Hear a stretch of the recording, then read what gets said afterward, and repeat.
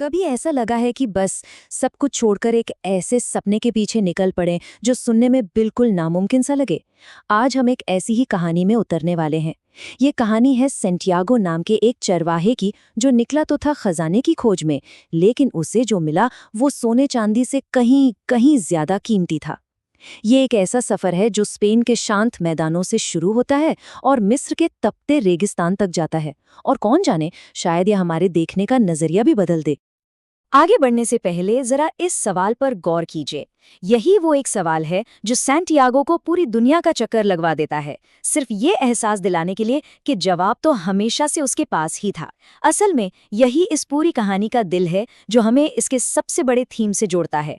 कभी कभी जिसे हम 7 समंदर पार खोज रहे होते हैं, वो ठीक वहीं होता है जहां से हमने शुरुआत की थी। तो हमारी कहानी शुरू होती है स्पेन के खूबसूरत एंडालुसिया से।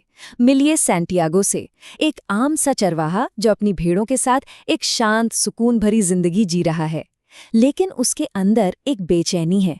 उसे बार बार एक ही सपना आ रहा है, एक ऐसा सपना जो उसे मिस्र के पिरामिड में छिपे एक बड़े खजाने का वादा करता है। और ये सपना अब इतना गहरा हो चुका है कि वो इसे नजरअंदाज नहीं कर सकता। तो अपने सपने से परेशान होकर सैंटियागो जवाब ढूंढने निकलता है।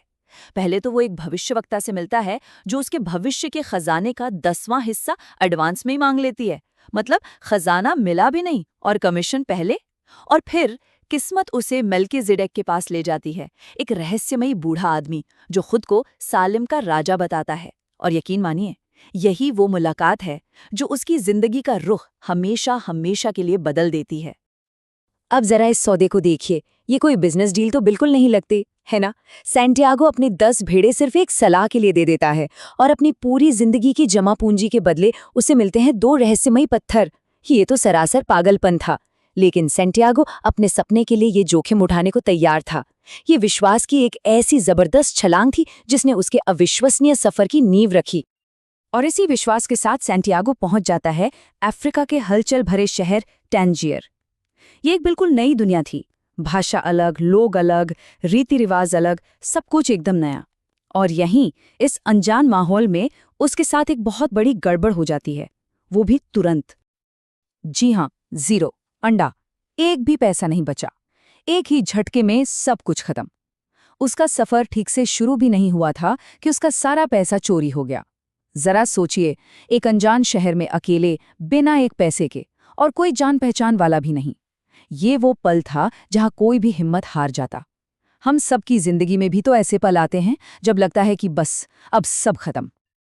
लेकिन उसी गहरी निराशा के बीच उसे उस बूढ़े राजा के शब्द याद आते हैं।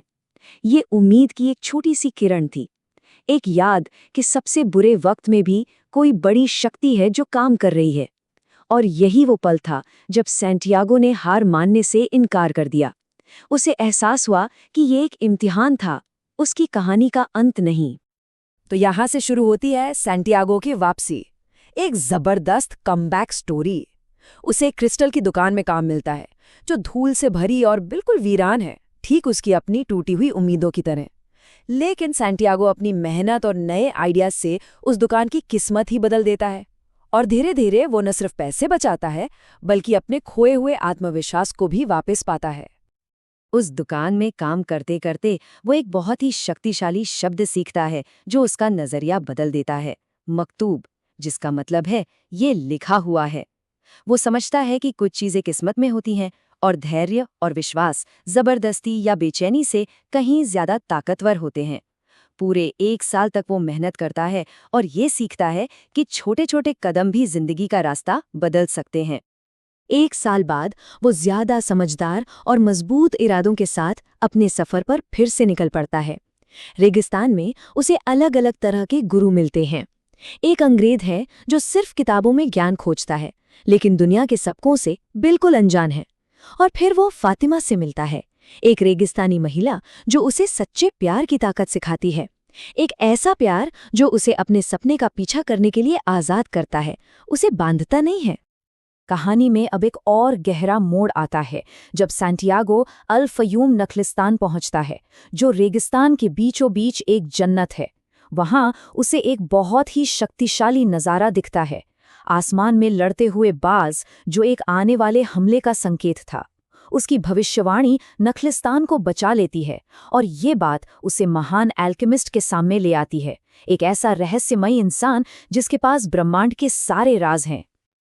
आगे के सफर में उन्हें रेगिस्तानी योद्धा पकड़ लेते हैं और सैंटियागो को एक ऐसी चुनौती मिलती है जो सुनने में ही नामुमकिन लगती है।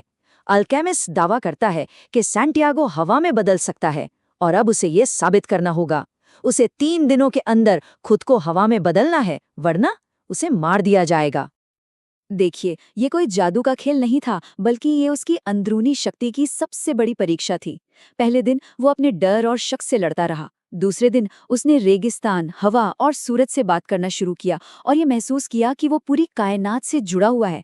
और फिर तीसरे दिन उसने नियंत्रण छोड़ दिया और खुद को ब्रह्मांड की शक्ति के हवाले कर दिया। नतीजा, एक जबरदस्त रेतीला तूफान, एक ऐसा नजारा जिसने उसे पकड़ने वालों को यकीन दिला दिया कि उसने सच में प्रकृति को काबू कर लिया है। इस आखिरी परीक्षा को पास करने के बाद सैंटियागो आखिरकार पिरामिड तक पहुंच जाता है। वो अपने सपने वाली जगह पर खड़ा है, जहां उसे यकीन है कि उसका खजाना इंतजार कर रहा है। उसका दिल जोर जोर से धड़क रहा है। वो खुदाई करने के लिए पूरी तैयार है, ये मानते हुए कि उसका लंबा और मुश्किल सफर आखिरकार खत्म हो गया है। लेकिन रेत में कुछ नहीं था, कोई खजाना नहीं। उल्टा उस पर लुटेरे हमला कर देते हैं, जो उसे पीटते हैं और उसके पास जो थोड़ा बहुत बचा है वो भी छीन लेते हैं। सोचिए जरा, पूरी दुनिया का एक अविश्वसनीय सफर तय करने के बाद, इतनी सारी मुश्किलों से गुजरने के बाद, सब कुछ फिर से खत्म। ये कहानी का सबसे दिल तोड़ने वाला पल है, एक ऐसा पल जहां सब कुछ बेकार लगता है। और ठीक उसी पल जब सब कुछ खत्म हो चुका था, कहानी का सबसे बड़ा ट्विस्ट आता है। और वो भी कहां से? एक लुटेरे के मुंह से। लुटेरों का सरदार जाते जाते सैंटियागो पर हंसता है। वो अपने एक सपने के बारे में बताता है, स्पेन में एक खंडहर चर्च के नीचे दबे खजाने का सपना। और वो इसे एक बेवकूफ़ी भरा सपना कहकर टाल देता है। लेकिन उसी पल सैंटियागो के दिमाग में बिजली कौंध जाती है। ब्रह्मांड ने उसे आखिरी सुराग दे दिया था। सैंटियागो सीधा स्पेन वापस लौटता है, उसी खंडहर चर्च में जहां से उसकी यात्रा शुरू हुई थी। वो उसी गूलर के पेड़ के नीचे खुदाई करता है और वहां उसे सोने और जवाहरात से भरा एक संदूक मिलता है।